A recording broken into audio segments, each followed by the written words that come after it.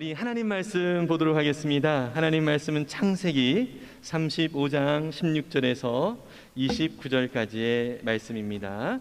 구약성경 55면 창세기 35장 16절에서 29절의 말씀입니다. 네, 우리가 주님을 경외하는 마음으로 다 같이 일어서서 말씀을 함께 봉독하도록 하겠습니다.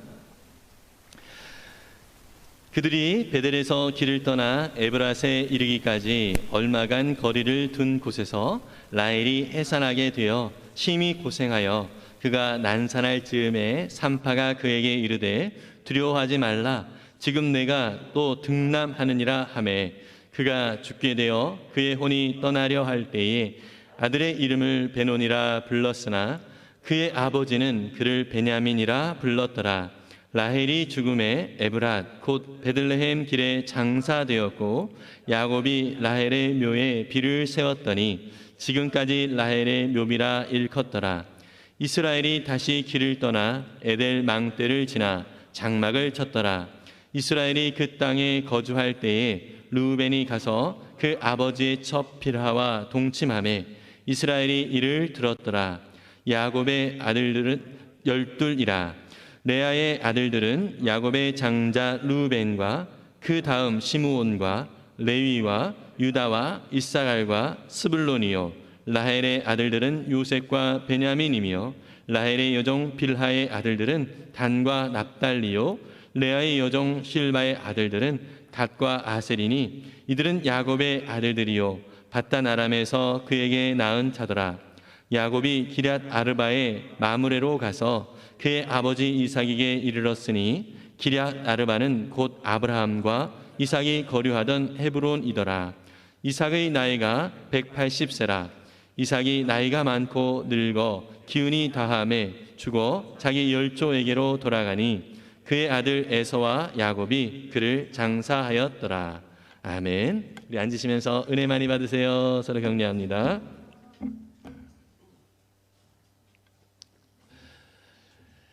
네, 우리가 창세기를 계속 살펴보면서 특별히 야곱과 또 야곱의 가족에 대한 이야기를 함께 나누고 있습니다. 여러분, 야곱의 인생을 통해서 우리는 우리가 성경의 인물이기 때문에 무엇인가 참 대단한 사람이다라고 생각을 하려는 경향이 있지만 사실 야곱의 인생을 돌아보면은요, 그의 인생은 뭔가 대단한 것이 없다라는 것을 볼 수 있고요.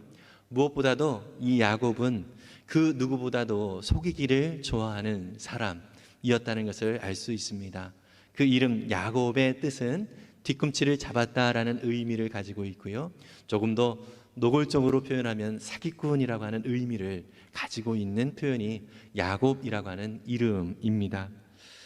이 야곱은요, 끊임없이 하나님이 그를 택하셨기 때문에 하나님이 이 야곱이라고 하는 인물을 통하여서 계속 어떻게 그를 다듬어 가시는지를 야곱의 인생 속에서 우리는 볼 수 있습니다.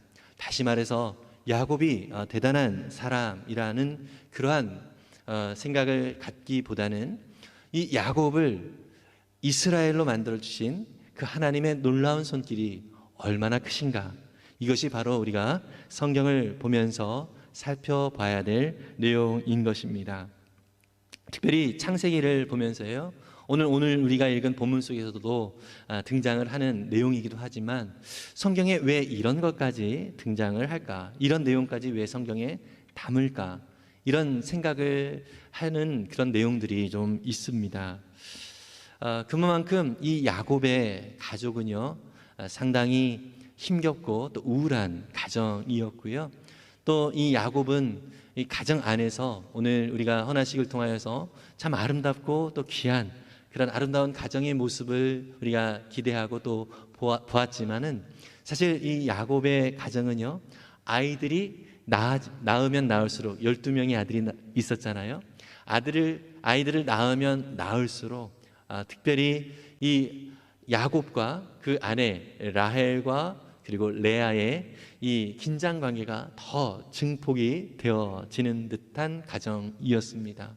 그러니까 자녀들이 있는 것이 참 놀라운 축복이기도 하지만 한편으로는 이 자녀들이 있음으로 인하여서 그 가정은 오히려 경쟁적인 모습, 특히 아내들 사이에서의 이 경쟁의 모습이 있게 되어졌고요. 그러므로 인해서 이 야곱은 상당히 많이 피곤하고 또 힘든 그러한 시간을 겪게 되었습니다. 이 야곱은요, 이 가정의 문제뿐만 아니라 자기 자신에 대해서도 형 에서를 통해서 혹시 자기가 죽게 되면 어떡하나라고 하는 이 불안과 두려움으로 가득 찼던 그런 인물이었습니다. 그래서 형의 눈을 피해서 저기 하란의 밧단 아람이라고 하는 곳으로 외삼촌 집으로 피신을 해왔지만 다시 하나님이 약속하신 바가 있어서 하나님이 약속하신 그 가나안 땅으로 돌아와야 되는 그런 상황이었습니다. 어쩔 수 없이 사실 외삼촌 라반이 야곱을 잘 대해줬다면 그냥 거기서 정착하고서 끝까지 지냈을 야곱입니다. 그러나 이 야곱의 인생 속에서 하나님이 다루시는 방식이 무엇이냐면 그의 인생을 상당히 피곤하게 합니다. 거기에서 떠나지 않으면 안 되는 그러한 상황을 만들어 주십니다. 그래서 외삼촌 라반의 집을 떠나서 하나님께서 약속하신 그곳으로, 우리가 창세기 28장에 보면 하나님을 만난 그 베델이라고 하는 곳에서 하나님이 약속해 주셨고 또 야곱 자신도 다시 돌아오겠다라고 하는 그런 약속의 메시지가 있는 것을 우리가 발견을 하게 되는데요. 그곳으로 돌아오는 과정도 참 많이 우여곡절이 있었습니다. 돌아올 때 가장 큰 문제가, 가장 큰 두려움이 형 에서였죠. 그래서 형 에서를 그 마음을 달래주기 위해서 정말 나라와 나라 사이에서 줘야 줄 법한 그런 선물을 준비를 해가지고 형 에서의 마음을 달래고요. 결국은 어떻게 됩니까? 에서와 화해를 하게 되죠. 그러면서 형 에서가 자기가 지내고 있는 세일로 같이 가기를 요청을 하고 이 야곱에게 같이 가기를 요청을 했을 때에 야곱은 뭐라고 얘기합니까? 형님, 내가 우리 식구들이 참 많이 있다 보니까 좀 정리를 좀 하고 곧바로 따라가겠습니다 라고 얘기를 했음에도 불구하고 어떻게 합니까? 또다시 속이죠. 형의 살고 있는 세일의 방향과는 반대가 되는 방향, 숫곳이라고 하는 곳으로 이동을 하게 되고요. 또 그곳에서 잠시 머물다가 세겜이라고 하는 곳으로 또 이동을 하게 됩니다. 여러분, 야곱은요, 하나님의 뜻을 따라서 그의 인생을 움직이는 것이 아니라 그냥 자기의 안전을 추구하기 위해서 또 자기 눈에 보기 좋은 그러한 곳을 향하여서 나아가고 있는 것을 우리는 성경을 통해서 계속 살펴볼 수 있습니다. 하나님의 약속은 그에게 특별히 문제가 되어지지 않고요, 잠시 잊어도 되는 그러한 약속이었던 것 같습니다. 창세기 28장 15절에 보면은요, 이 야곱이 이제 20년 전에 밧단 아람으로 이제 떠나게 될 때에 하나님께서 이 베델이라고 하는 곳에서 약속해 주셨던 그런 내용이거든요. 창세기 28장 15절인데요. 내가 너와 함께 있어 내가 어디로 가든지 너를 지켜주며 내가 너를 다시 이 땅으로 데려오겠다. 내가 너에게 약속한 것을 다 이루기까지 내가 너를 떠나지 않겠다. 하나님께서 분명히 야곱에게 너와 함께 할 것이고 다시 이곳으로 돌아오게 하게 할 것이다 라고 약속까지 해 주셨습니다. 이런 약속을 해 주셨음에도 불구하고 이 야곱은 마치 정말 그걸 어떻게 알아요? 이런 식의 마음으로 하나님 앞에 이렇게 이야기를 하기도 합니다. 창세기 28장 20절에서 22절인데요. 야곱은 이렇게 서원하였다. 하나님께서 저와 함께 계시고 제가 가는 이 길에서 저를 지켜주시고 먹을 것과 입을 것을 주시고 제가 안전하게 저희 아버지 집으로 돌아오게 해주시면 주님이 저희 하나님이 되실 것이며 제가 기둥으로 세운 이 돌이 하나님의 집이 될 것이며 하나님께서 저에게 주신 모든 것에서 열의 하나를 하나님께 드리겠습니다. 이렇게 하나님 앞에 서원을 하는 것을 볼 수 있습니다. 분위기가 어떤 분위기죠? 조건적입니다. 하나님 이렇게 약속해 주셨죠? 그렇다면 진짜로 하나님께서 그렇게 해주신다면 제가 다시 돌아와서 하나님 앞에 11조로 드리겠습니다. 이렇게 이야기를 하는 것입니다.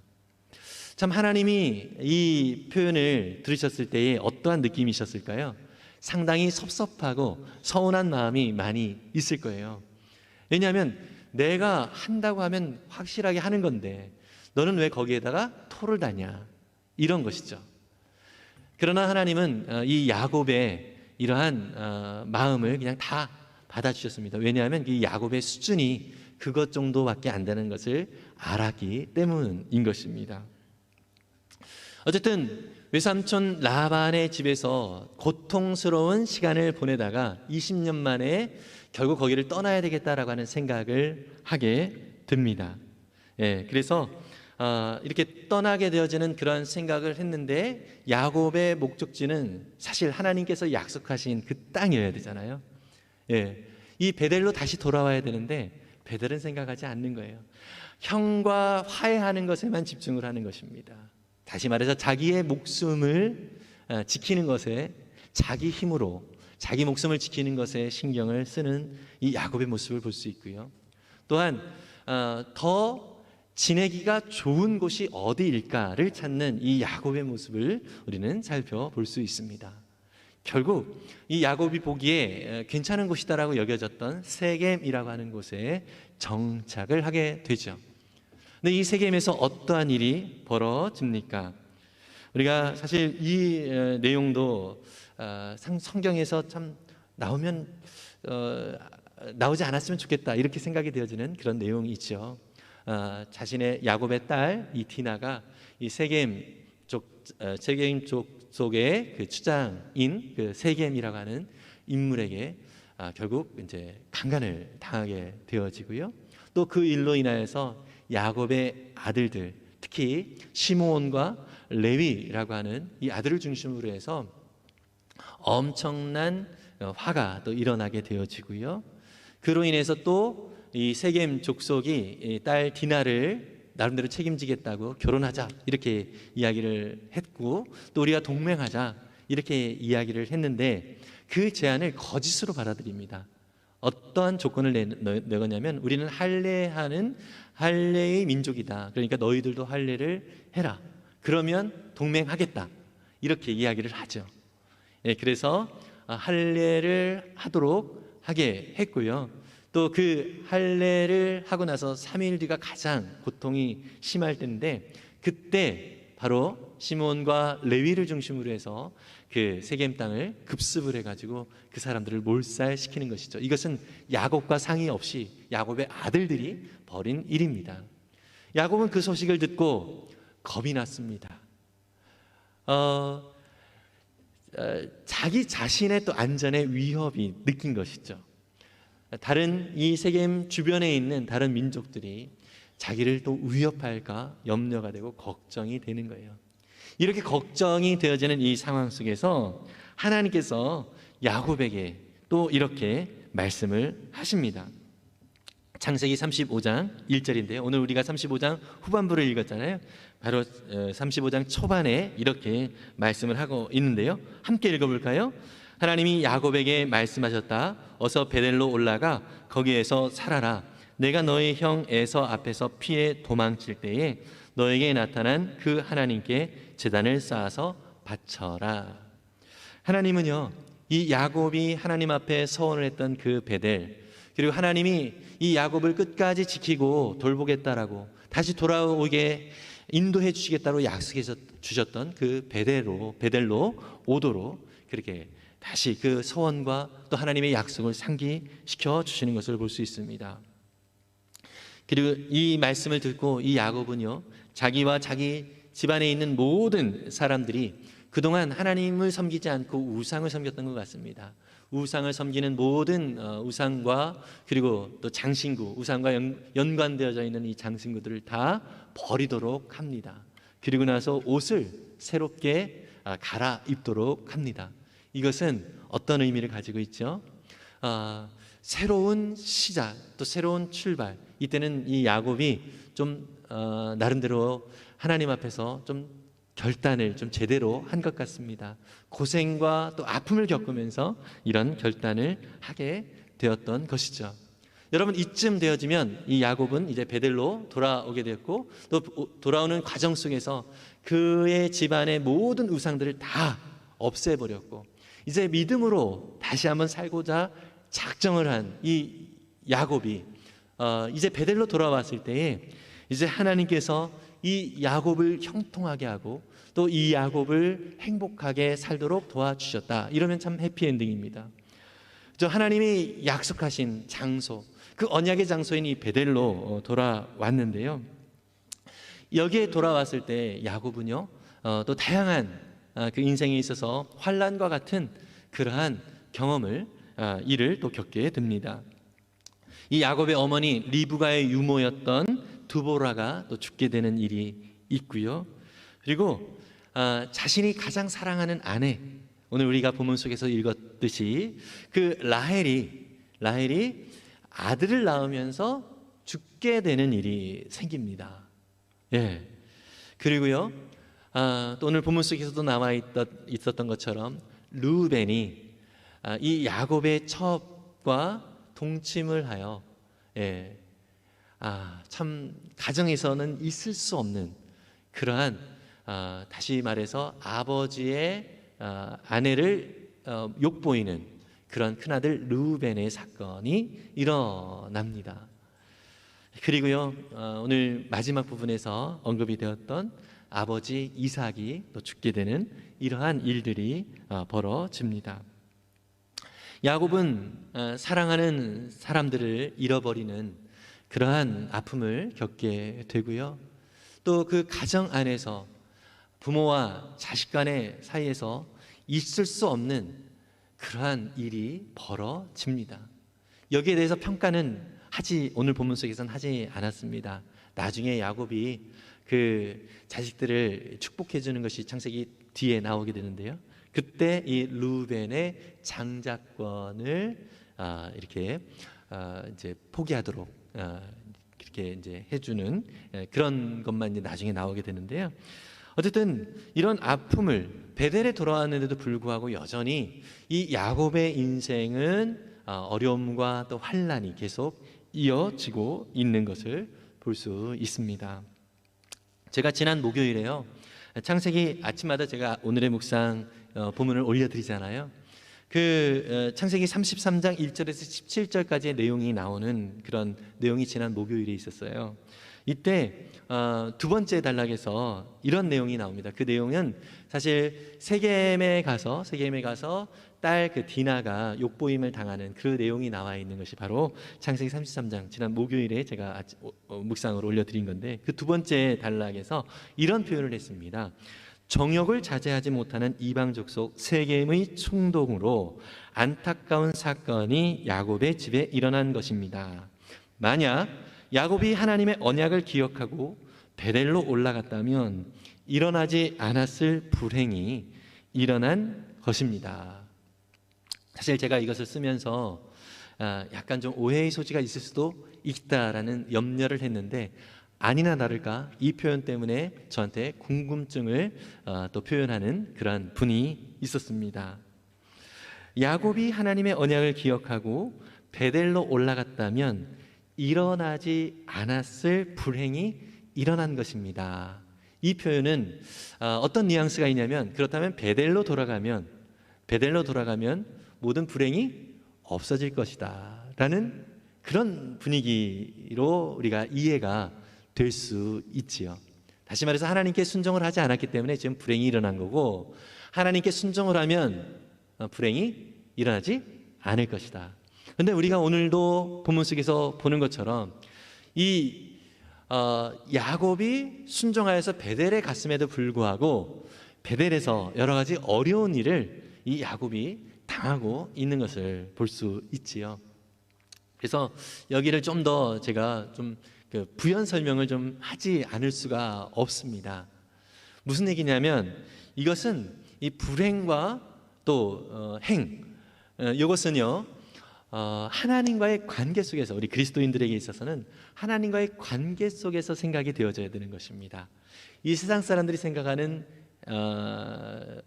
불행은 사실 어려운 일들이 닥치는 것을 이제 불행이라고 생각을 하잖아요. 그런데 우리 그리스도인들에게 있어서의 불행은요, 하나님과 상관없이 살아가는 삶의 모습 자체가 불행인 것입니다. 네, 그러니까 그리스도인이 불행이라고 할 때는요, 어려움을 겪는 것도 불행이 될 수도 있어요. 하나님과 상관없이 살 때 어려움을 겪는 것도 불행이지만, 그냥 사업이 잘 되고 뭐든지 일이 잘 되어지는 것도 불행일 수 있습니다. 이해가 되시나요? 하나님과 상관없이 살아가는 모든 것들이 불행인 것입니다. 그래서 우리가 오늘 본문을 통해서, 그렇다면 하나님 앞에 믿음으로 나아간 이 야곱의 가정 속에서 그렇다면 어떤 변화가 일어났길래 목사님은 이렇게 표현을 할까, 이런 생각이 좀 들 거예요. 여러분, 야곱의 그 부인들이요, 야곱의 부인들이 그 자녀들을 낳을 때 그 자녀들의 이름을 아주 경쟁적으로 자기 마음을 표현하는 이름으로 지었죠. 그죠? 우리가 2주 전에도 살펴봤는데 한번 좀 자막을 띄워 주실까요? 야곱의 자녀들의 이름들이에요. 뭐 다는 보지는 않겠지만, 루벤, 첫째 아들 루벤을 레아가 낳고, 봐라, 아들이다. 이 누구에게 하는 말이죠? 자기 경쟁자, 라이벌, 남편의 사랑을 듬뿍 받는 그 라이벌, 자기 여동생 라헬을 향해서 하는 말이에요. 봐, 내가 아들 낳았어, 이 얘기예요. 그죠? 자기의 마음의 표현을 지금 자녀를 낳고 하는 거예요. 세 번째, 레위라고 하는 이름은 연합이라고, 이 이름 자체는 상당히 좋습니다. 그러나 어떤 내용이죠? 자기가 남편과 연합이 되지 못했지만 이제 3명의 아들을 연달아서 낳았으니 이제는 내가 남편과 연합될 수 있겠다라고 하는 소망을 담은 그러한 이름인 것입니다. 라헬도 마찬가지죠. 라헬도 오늘 이제 두 번째 아들, 라헬로서는 두 번째 아들을 낳다가 죽게 되지만, 첫 번째 아들 요셉을 낳았을 때에, 요셉을 낳고 그 이름을 요셉이라고 지으면서, 이 요셉의 이름의 이 뜻이 무엇이죠? 아들 하나 더 주세요, 이게요. 더함이라고 하는 의미를 가지고 있거든요. 아들 하나만 더 주세요, 이 의미를 가지고 있어요. 다 이름들이 자기의 욕망, 자기의 마음을 표현하는 이름들입니다. 그리고 나서 오늘 라헬은요, 두 번째 아들, 또 이 야곱의 가정에게 있어서는 막내죠. 이 베냐민을 낳으면서 어머니 이 라헬은 낳으면서 죽게 되었어요. 그럼에도 불구하고 아들의 이름을 지어줍니다. 어떻게 지어주죠? 베노니라는 이름을 지어줘요. 이 이름은 바로 슬픔의 아들이라는 거예요. 자기가 아들을 낳으면서 이런 슬픔을 당했다라고 하는 마음의 표현을 하게 된 것이죠. 근데 여러분, 이 베논이라고 하는 이름, 자기가 사랑하는 라헬이 죽으면서 지었던 그 아들의 이름을 야곱은요, 곧바로 바꿉니다. 야곱에게는 유일한 거예요. 그 앞에 11명의 아들의 이름을 바꾸진 않았습니다. 그러나 베델에서 이제 이 야곱은요, 믿음의 고백을 하기 시작합니다. 비록 슬픔이 자기한테 있지만 그 슬픔 속에서도 하나님과 함께 교제하며 하나님이 자기의 인생의 주인이심을 인정하며, 베논이라고 사랑하는 아내가 죽으면서 지었던 그 이름을 끝까지, 사실 이전 같아서는 사랑하는 아내가 지어준 이름이니까 이걸 끝까지 지켜야지, 이렇게 생각을 할 텐데, 그것하고는 이제 아랑곳하지 아니하고 이제 믿음의 고백으로 베냐민이라고 이름을 짓습니다. 베냐민의 이름의 뜻은 오른손의 아들이라는 뜻이에요. 오른손의 아들. 무슨 얘기냐? 여러분, 이사야에서도 보면 하나님께서 그 백성들을 향해서 약속했을 때 오른손으로 너를 붙들리라, 이런 표현을 쓰잖아요. 오른손 능력을 나타내는 것입니다. 다시 말해서 베냐민이라고 하는 이름은 하나님의 능력의 아들이라고 하는 의미를 가지고 있는 것입니다. 비록 슬픔 가운데 이 마지막 막내를 낳았지만 이제 이 베냐민은 하나님의 능력을 보이실 아들이라는 믿음의 고백을 하고 있는 것을 볼 수 있습니다. 여러분, 이 세상은요, 끊임없이 우리 자신도요, 야곱과 같이, 또 야곱의 그 아내들과 같이, 이전의 야곱과 같이 자기의 상황들을 표현하고 또 슬픔과 또 아픔 가운데 있는 현실을 표현하는데 급급한 그런 모습들이 우리의 모습입니다. 그러나 하나님의 은혜가 임하고 또 하나님을 바라보기 시작하면 우리는 현재의 모습을 보는 것이 아니라 앞으로 하나님께서 이루실 그 소망을 바라보게 되는 것입니다. 오늘 헌하시 그랬습니다. 우리 로운이도 마찬가지입니다. 앞으로 살아가면서 많은 어려움들이 있을 것입니다.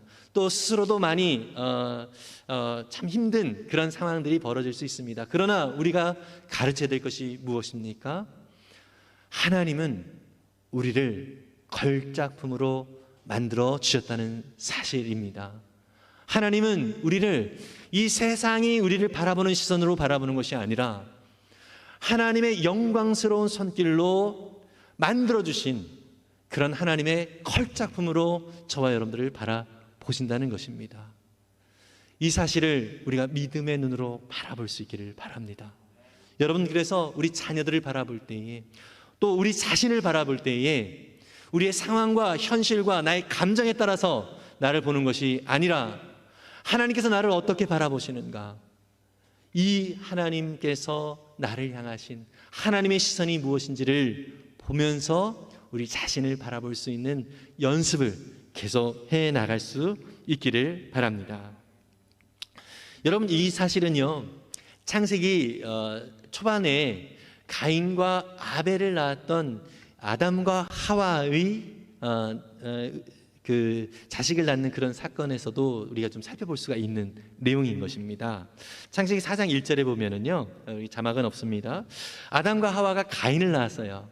예, 가인을 낳았을 때에 어떻게 표현을 하냐면 하와가 이제 가인을 낳고 이렇게 표현합니다. 내가 여호와로 말미암아 등남하였다. 내가 여호와로 말미암아. 물론 하나님으로 말미암아라는 수직어는 썼지만 주어가 누구입니까? 내가 등남하였다, 이렇게 표현해요.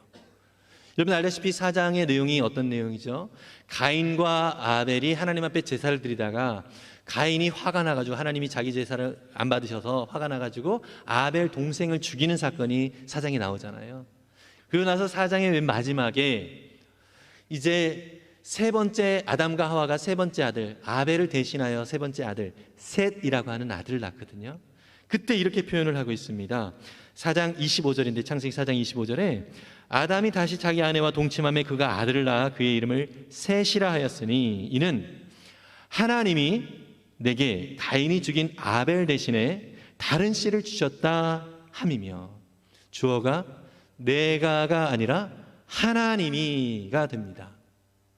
여러분, 가인과 아벨의 그 사건은 아담과 부모인 아담과 하와에게 있어서는 상당한 아픔이었습니다.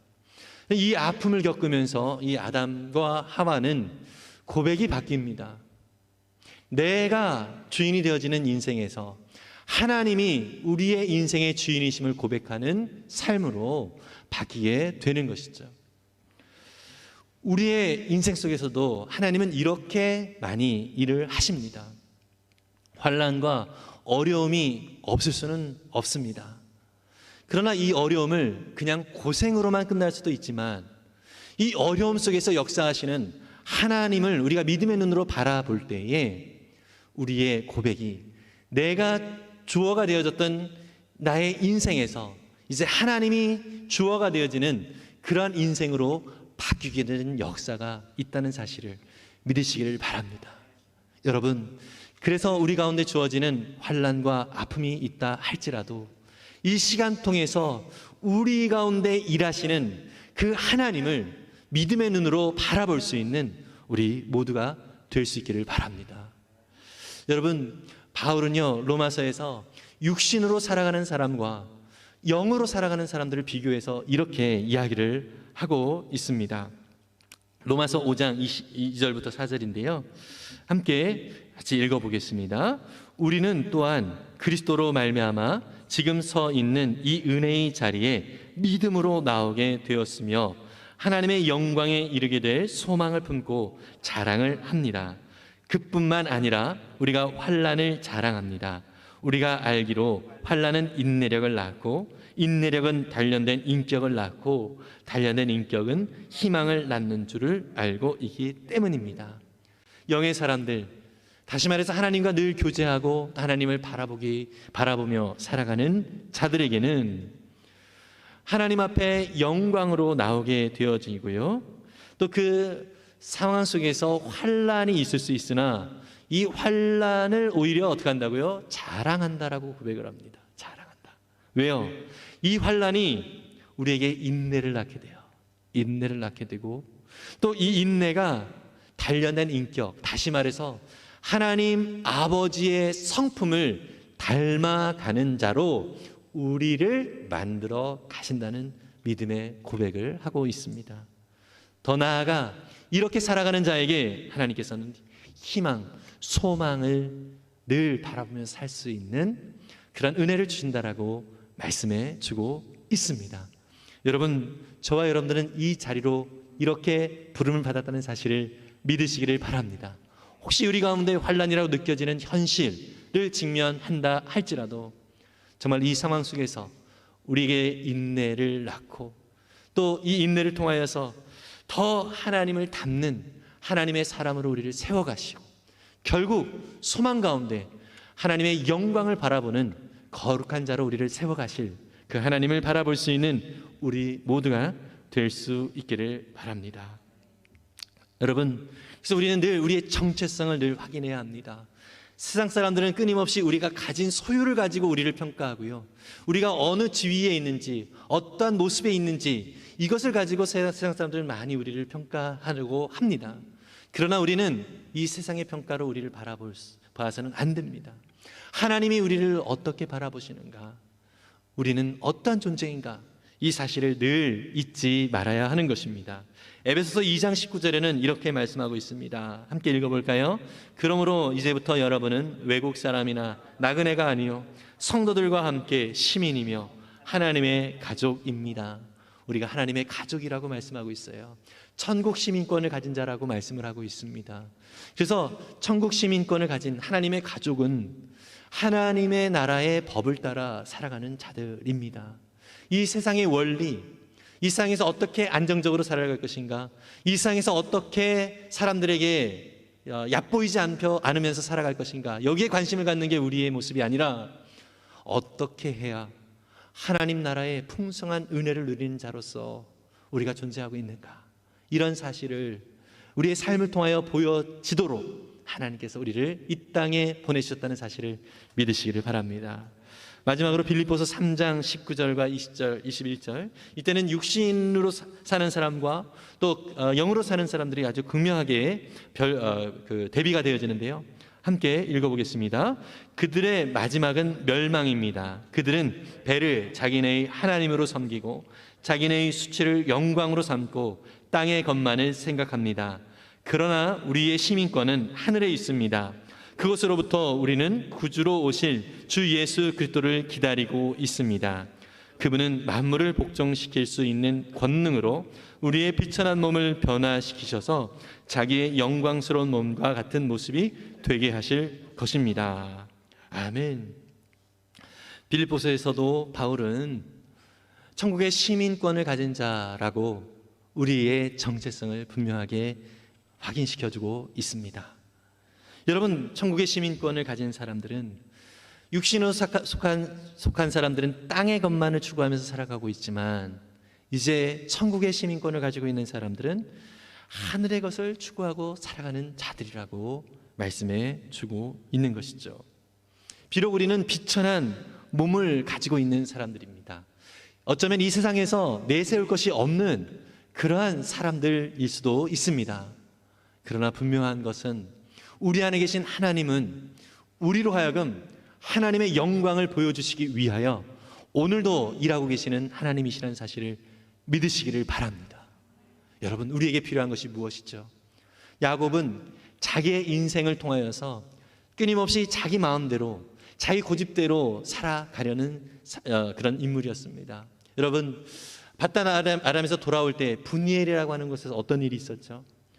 하나님께서 그 고집을 꺾기 위해서 그의 엉덩이 뼈를 골절시키는, 그래서 그 이후로 이 야곱은요 계속해서 쩔뚝거리면서 장애를 가지고 살게 되었습니다. 여러분, 그럼에도 불구하고 오늘 말씀에서 잠깐 살펴보았던 것처럼 하나님의 약속했던 그 이후의 일이 우리가 잠깐 살펴본 내용인데요, 그럼에도 불구하고 베델로 가지 아니하고 숫곳에 갔다가 세겜으로 갔다가 거기서 어려움을 겪고 그제서야 깨닫고 베델로 돌아오는 이러한 야곱의 모습을 볼 수 있거든요. 여러분, 하나님이 매를 드셔도 여전히 이전의 모습으로 살아가는 것이 우리의 연약함입니다. 그러나 하나님은 그럼에도 불구하고 우리를 포기하지 않으십니다. 믿으십니까? 여러분, 그래서 우리 가운데 주어지는 모든 삶 속에서 하나님을 믿음으로 바라볼 수 있기를 바랍니다. 혹시 저와 여러분의 삶 속에서 여전히 하나님을 인정하지 아니하고 세겜에 머물러 있는 모습이 있지는 않는가? 오늘 말씀을 통해서 한번 돌아볼 수 있기를 바랍니다.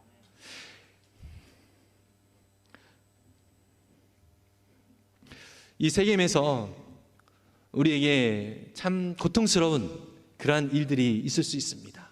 여러분, 그것이 결국 하나님이 우리를 사랑하셔서 드시는 사랑의 매라는 사실을 믿음의 눈으로 바라볼 수 있기를 바랍니다.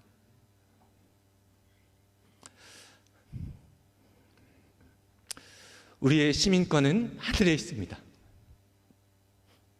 하나님이 약속하신 그 자리,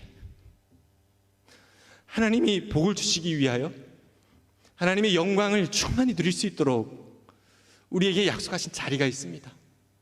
여러분, 그 자리에 우리가 날마다 믿음으로 서 있겠다는 결단을 할 수 있기를 바랍니다.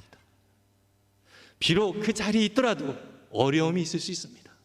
그러나 여러분, 그것은 더욱더 하나님이 어떠한 분이신지를 더 풍성히 경험할 수 있는 은혜의 자리라는 사실을 우리가 믿음으로 바라볼 수 있기를 바랍니다. 여러분, 나의 생각대로 되어지지 않는다 할지라도 하나님이 머무르라고 한 자리가 있다면 머물러 주시기를 바랍니다. 그 자리가 복된 자리라는 사실을 믿으시기를 바랍니다. 결과 중요하지 않습니다. 그냥 하나님의 말씀 가운데 순종하며 그 자리에 있는 것, 이것이 하나님의 영광을 누리는 다음에 주님을 만날 때에 우리 가운데 허락하여 주실 놀라운 은혜를 충만히 하나님과 함께 나누면서 기뻐할 그러한 자리라는 사실을 기억하고 믿음으로 우리의 모든 삶 가운데 주님을 바라볼 수 있는 우리 모두가 될 수 있기를 바랍니다. 참으로 힘겹고 어려운 문제와 같이 느껴지는 상황들이 있을 것입니다. 여러분, 참 안타깝지만 사실 저도 그 모든 상황들을 하나님께서 피할 수 있도록 도와달라고 기도는 하지만 여러분, 그 자리에서 하나님은 우리를 더 깊이 만나기를 원하신다는 사실을 기억하시기를 바랍니다. 더욱더 믿음으로 반응하여서 그 영광스러운 하나님의 뜻을 더 아름답게 우리의 삶 가운데서 이루어가는 우리 모두가 될 수 있기를 바랍니다.